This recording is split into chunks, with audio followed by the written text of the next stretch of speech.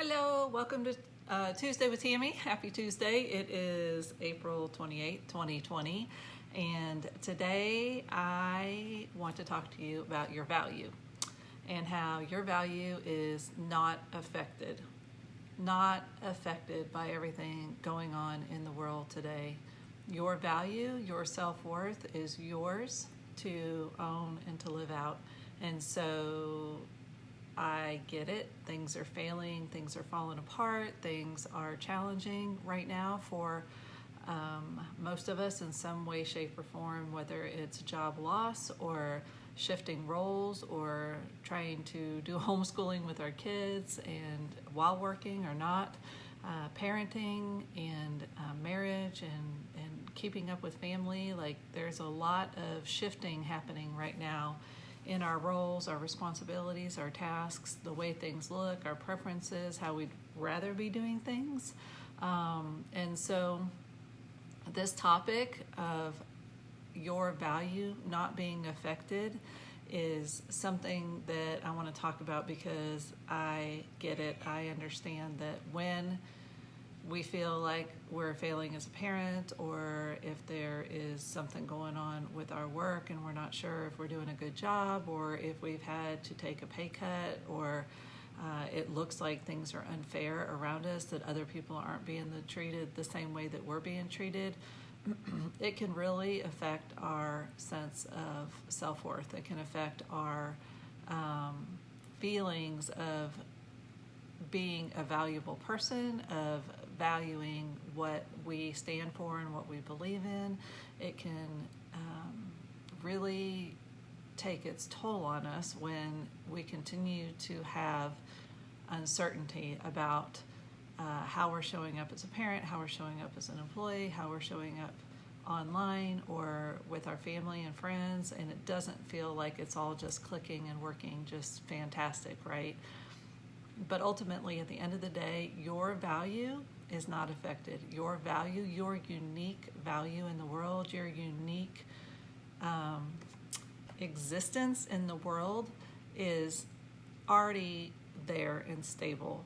You get to own it. You get to define it. You get to really embrace the value of who you are, your uniqueness, and what you know you can bring into the world. And so today I just want to talk about what this looks like to really have that level of confidence, to have that self-confidence in your value and your worth. And so, excuse me, it starts with self-awareness, right? Self-awareness, we have to know ourselves. We have to really be confident in who we are in order to value that, right? Like if you don't have a firm foundation for who you are and what you believe in and what you stand for, then it's really hard to put a value on that. So if you are struggling with feeling like your authentic best self, if you're struggling with feeling like you value yourself enough to stand firm in the challenging situations, or to not lose confidence when things are overwhelming or falling apart or failing, then it's probably time to do some greater self-work on self-awareness.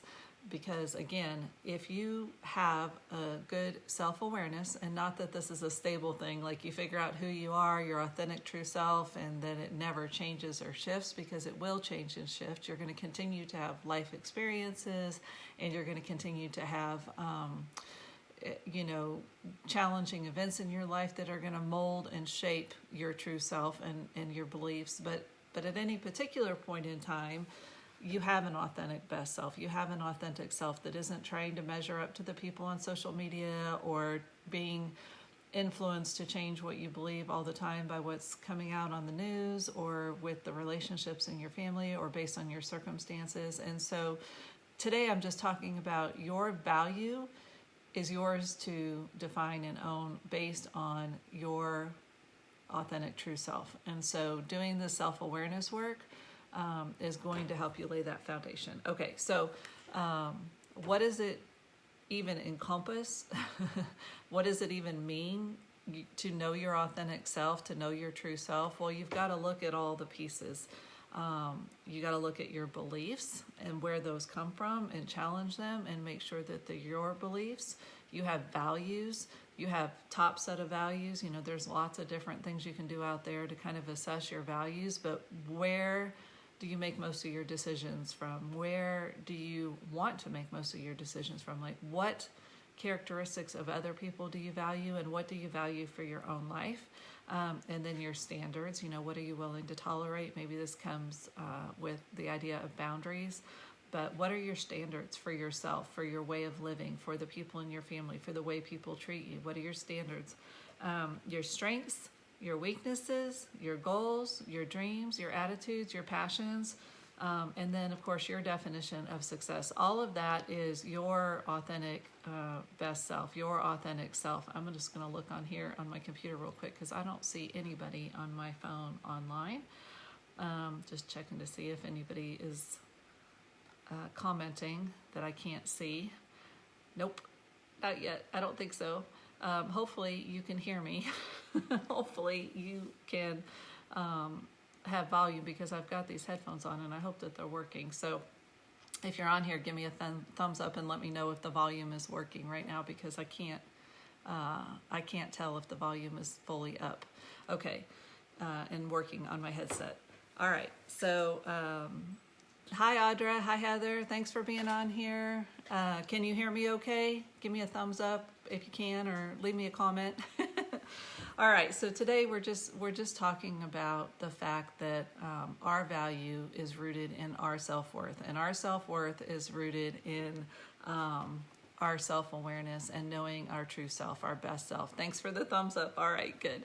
So today I'm going to just walk you through some of the key steps that you can take to get a greater clarity on your true self, to get greater self-awareness about who you are, because you can't fully value and honor yourself if you're not clear on who you really authentically are. And of course, I have programs that I work through with clients and with groups on more of this in detail, but I'm just going to give you some key actions you can take today to get this greater level of awareness. And so, and I should have posted it in the comments already, but the 10 areas of increasing your self-awareness and your self-knowledge are your beliefs, your values, your standards, your strengths, your weaknesses, your goals, your dreams, your attitudes, your passions, and your definition of success. And I'm not going to break those down necessarily for you right now. You guys know I teach on that stuff all the time, but when I'm coaching people, these are the areas of life that we look at.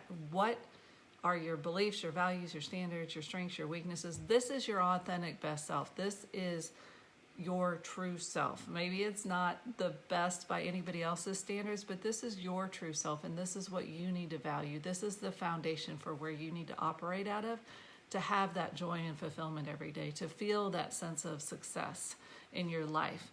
So given that those 10 categories are the areas where you're going to grow your self-awareness, one of the first things that I always recommend is grab a journal. Grab a self-awareness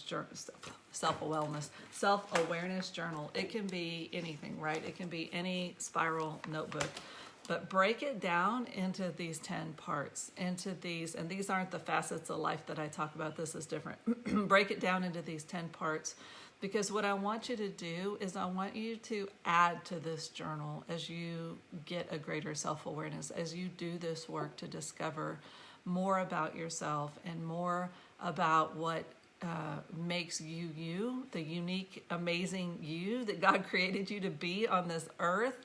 And so if you break it down into these 10 areas, again, beliefs, values, standards, strengths, weaknesses, I've listed them a couple times, but break that journal down. So take a journal and break it up into those pieces, and then have it available for you to jot your notes in. Now, this whole idea of getting greater self-awareness and valuing your authentic best self, it's not a one and done deal. It is not a one-time sit down and do all this deep self-exploration, self-discovery work, and you found yourself and now you just need to value yourself and live into that. No, it's it's a process, but we've got to start somewhere, right? So if you've never done a lot of this self-development, personal growth, self-awareness work, this is just one way to jump in and start. So the first thing I was suggesting is to grab a journal, break it into the 10 pieces, give yourself plenty of pages in between so that you can just scribe notes in there whenever you're working on this, or whenever things just pop into your mind. You can do this on your phone too if you prefer to use Evernote or some tool where you've got different categories. But again, your beliefs, your values, your standards, your strengths, your weaknesses, your goals, your dreams, your attitudes, your passions, and then your definition of success. And I don't mean to be too redundant, but I just want those in the front of your mind, what we're talking about. This is what makes up your authentic self. This is what makes you you. Okay, so the first one is grab that journal and divide it into 10 sections. Now the second one, be quiet. Be very quiet, be very still, be very intentional to take that time. The first thing I would do is go through each and every one of those categories. Be quiet, be still, pray about it, meditate about it, whatever it is that works for you, but be still and run through each of those 10 categories and jot down everything that comes to mind. All of your strengths, all of your weaknesses, all of your beliefs, everything that you can possibly think of that comes up in each of those 10 categories. So that's the second one. So first, grab the journal. Second, be quiet and spend that time just doing a brain dump, if you will, doing a soul dump, if you will, of everything that comes up for you in each of those 10 categories about who you are. And maybe you're going to dump a bunch of stuff on that list in those different categories, and you're going to come back and scratch them off later as you're challenging yourself to say, is that really a strength for me? Is that really a belief for me? Is that really a value that is that important to me, or did that come from somewhere else or somebody else? Is that coming from a toxic relationship? Is that coming from a dysfunctional boss? Is that coming from, my struggles with parenting?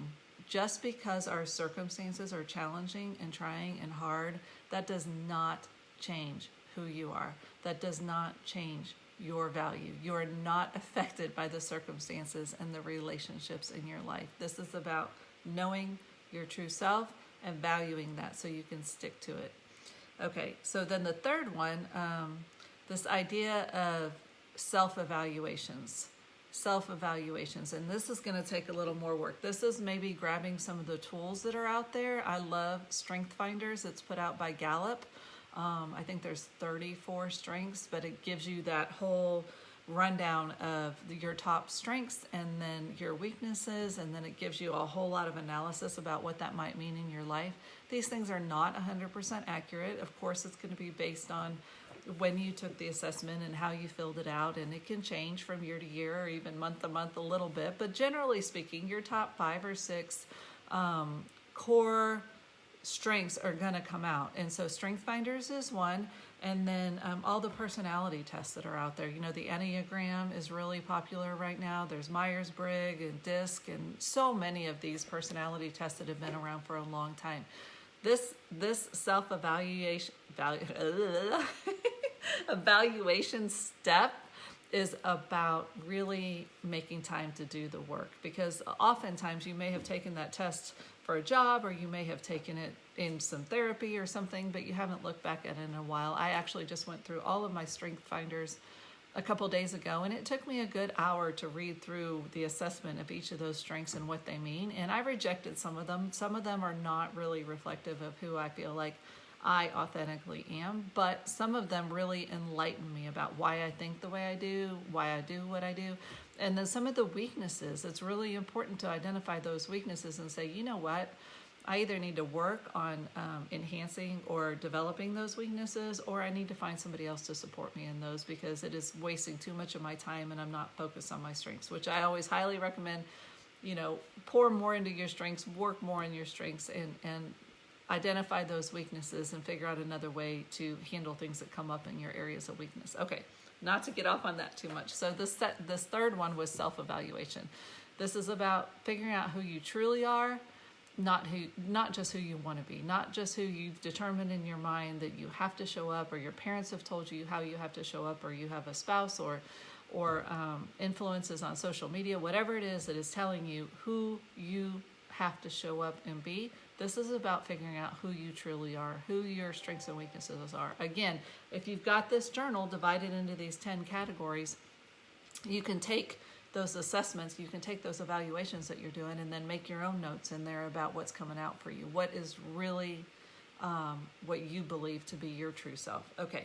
And then the third one, nope, this is the fourth one, figuring out what you're good at and what you're not. Beyond the evaluations, beyond some of those assessments online, you're going to have to try some things. You're going to have to try some things and figure out if you're good at it or not. You know, there's some things like maybe somebody told you when you were young that you were terrible help in the kitchen and that you're a terrible cook and so you never cook. Well, guess what? Maybe it's been a few years and you need to jump back in the kitchen and you need to try some new things. Number one, you might enjoy it, but number two, you might figure out you are really good at it and that it is something that you want to own as part of your strengths. On the other side, you may figure out that you hate it and you're not good at it and you're terrible at, improvising on recipes and you're not good at following recipes and that you better stick to the basics. And that's okay too. Like, we're not all going to be good at the same things, but you're going to have to give yourself a little bit of space and time to dig into each one of these things and see if you're really good at it. You know, when I started doing these Facebook Lives and teaching, I've shared all kinds of crazy stories about doing this, but it definitely didn't come naturally. Like hanging out and just talking to you guys and being on Zoom, I can do that all day long. I can get on and coach people all day long, but getting on here and just straight up talking to you like you're sitting across from me and delivering some of this training and just chatting about all this stuff, I don't say that I'm actually really great at it just yet. You know, I'm still working on it and I'm learning and I'm growing, but I haven't given up, and because I know that there's value and I know that people affirm some of that value back, that something good is coming out of it. So we've got to step into something long enough, and I can't tell you how long that is. You're going to have to step into it long enough to feel, to know for yourself if that is part of your authentic self, if that's something that you're good at and you're meant to be good at. I can give you a whole list of things I'm not good at. I'm not good at, being super disciplined and being super organized and house cleaning. You guys know I always say that one. Like, could I get better at those things? Yes. Is that where I want to spend my time and energy? Maybe some of those things, but not all of those things. And you get to choose that, because this is about your best self. This is about your authentic self. What are your strengths and weaknesses, and what do you want to claim as yours and own? Okay. And then the fifth one, I think it's the fifth one, find what you're passionate about. And, this is just paying attention to what makes you laugh or sing or have more energy. I mean, that's really one of the key measures for finding your passion is, do you feel energized when you're doing it?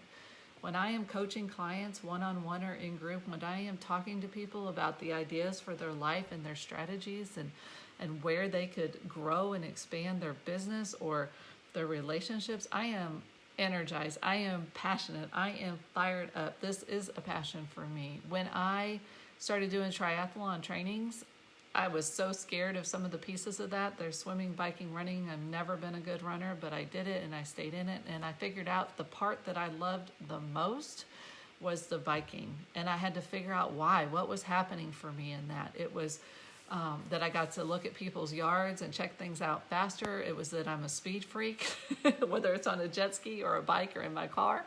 I like to go fast, right? So that was how I figured out that was something that I was passionate about. And that piece of that activity is the part that I would focus the most energy on, because I was passionate about it. I had more energy in it. That's the part I could excel at as well. Now the running, I did it. It's a weakness for me. I got better at it, but it's never going to be something that I'm super passionate about. It just isn't. In fact, most of that, is not something that's a priority for me right now. All right. So anyway, that was number 5, finding what you're passionate about, just trying things, seeing if you're good at them, but also even if you're not good at them, if they energize you and they make you feel good. I tell myself stupid jokes all day long. I crack myself up all day long. My kids make fun of me, right? So I don't know if you would call it a passion necessarily, but it makes me feel good. Maybe it is a passion.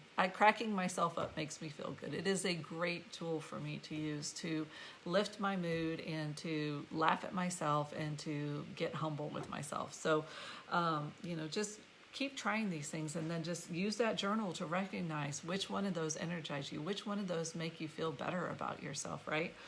All right, and then ask for feedback. This is a hard one, and we don't necessarily want to hear what other people have to say if it's negative. But if you're really doing this work to deepen your self-awareness, to get really clear on your authentic self, this is part of the process. This is one of the steps that I am recommending, is asking for feedback. Now, I think some of you have seen me do this before. I'll post on post on Facebook for feedback and say, okay, what are the top 3 strengths that you think I have? What are the top 3 weaknesses? I'm not saying you have to do this on social media. I'm saying find people that you trust, or find ways to put it out there and ask. Like, if I was to ask you what my strengths and weaknesses were, maybe it's colleagues at work, maybe it's your kids. See what comes up from other people and capture that in your journal. Again, you're capturing all of this information, but you don't have to own all of this. You don't have to accept all of this as your truth. You get to decide if this is part of your truth, if this is how you really believe that you are made, uniquely made, with strengths and weaknesses and passion and purpose and all of the things. Okay.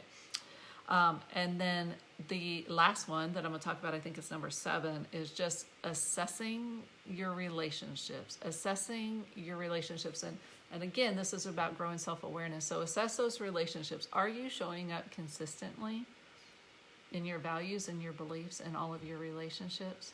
Are you adjusting based on your audience? Are you adjusting based on whether, and I mean, granted, we have to be mindful of our audience. If you're teaching elementary school kids versus having a serious conversation with your spouse, or hanging out with your girlfriends or whatever, obviously there's some shifts, but at the end of the day, is your character, your values, and your beliefs consistently coming through? Or are you shifting and adjusting based on who you're around? Are you constantly trying to be who other people expect you to be? Are you trying to be something besides your authentic best self for their approval?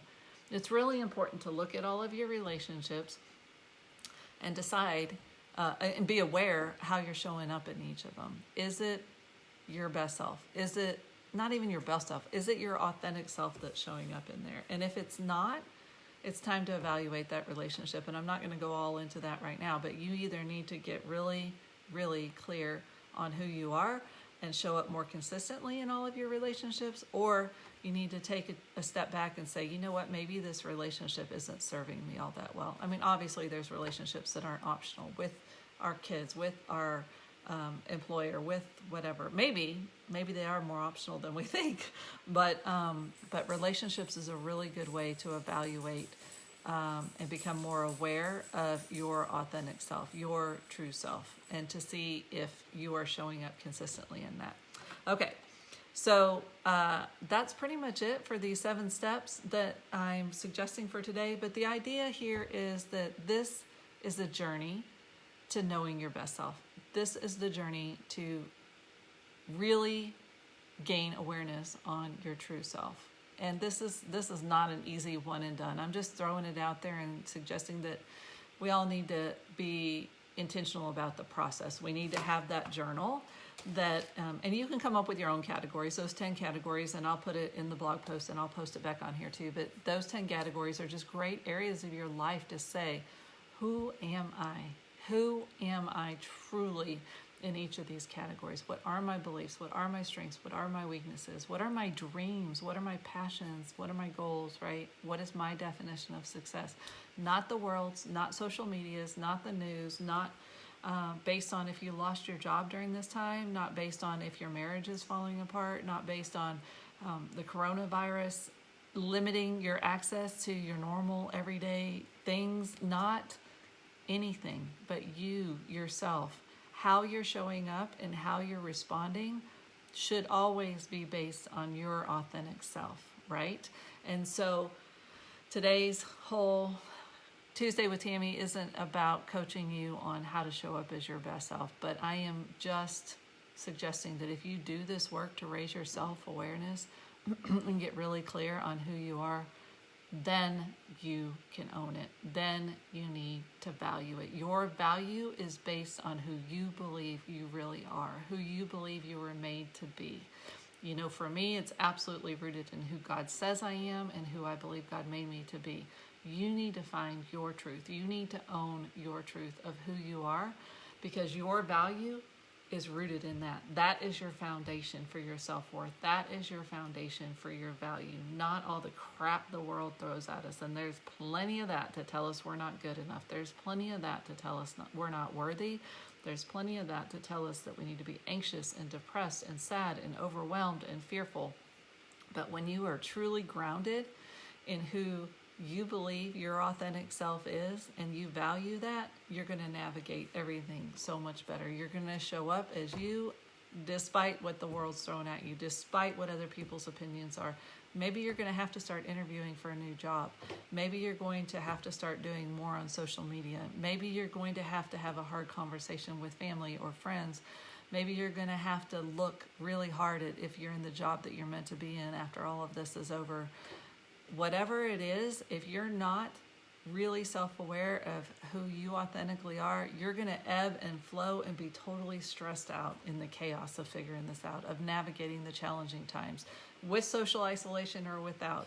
In social isolation, it can be even easier to lose yourself because you are wondering what everybody else is doing, wondering how things are going to be when things go back to normal, right? You've seen all the great posts about what is normal anyway, and maybe we're not supposed to go back to where we were, and maybe our new normal is going to be even greater and better. And I believe that. I believe we need to use this time to decide what our new normal is going to be, to decide what our best self is and our authentic self is, and how we're going to show up in the world. And we are going to hold our value in that we are going to value ourselves first, so that other people value us for who we are and how we show up, or they're not. But it's not based on their opinion. It's based on yours. It's based on your self-worth and your self-confidence. Okay, that's it. Thank you for showing up today. I see Brianna and Jessica, Amanda. I don't have my glasses on. Hello. And Rose, thank y'all for jumping on here. Heather and Audra, I think, was on there earlier too. And y'all, I just really appreciate you showing up, whether you're watching this live or not. And I just really want to encourage you that your value is based on your self-worth. You get to decide who you are and how you show up in the world. All right. Thank you and have a great week. Bye.